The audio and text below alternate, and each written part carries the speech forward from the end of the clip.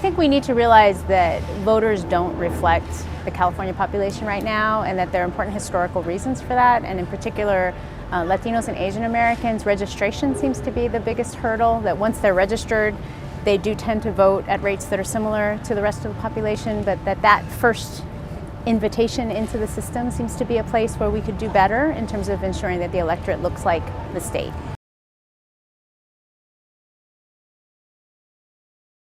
So I think there are a lot of reforms that we've already passed that if we were just to really focus on them a little more and be more proactive in terms of implementing them, we could make a big difference. Same-day registration, we know that it has a 3 to 5 percentage point effect on turnout. I think for Latinos and Asian Americans, no one's looked at those populations specifically, but since registration is such a hurdle for those groups, we could imagine it could have an even greater impact. So that's something we need to get VoteCal online as soon as possible so that can be implemented. It's already California law.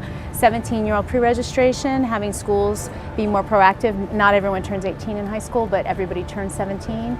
The voters who are going to come online between now and 2020 are 68% students of color. We know that if people vote that first election when they turn 18, they're much more likely to keep voting for the rest of their lives.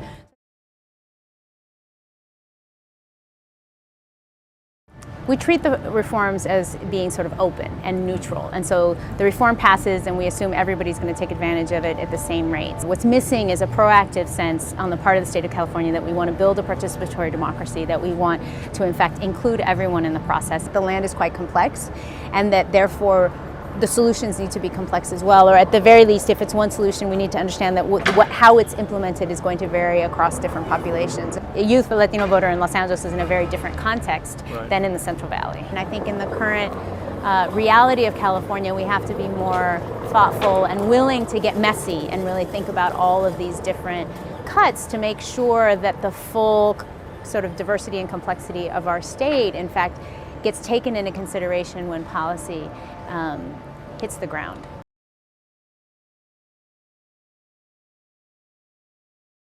I think California is in fact at the vanguard nationally right now. If you think about what's going on nationally, in fact, voter suppression is the more common trend, and I think we've passed a number of really important reforms that we know can make a difference. I am very optimistic. I think we are a model, but I think we have to take this momentum and now do the hard work on the ground to make it real and really change the electorate.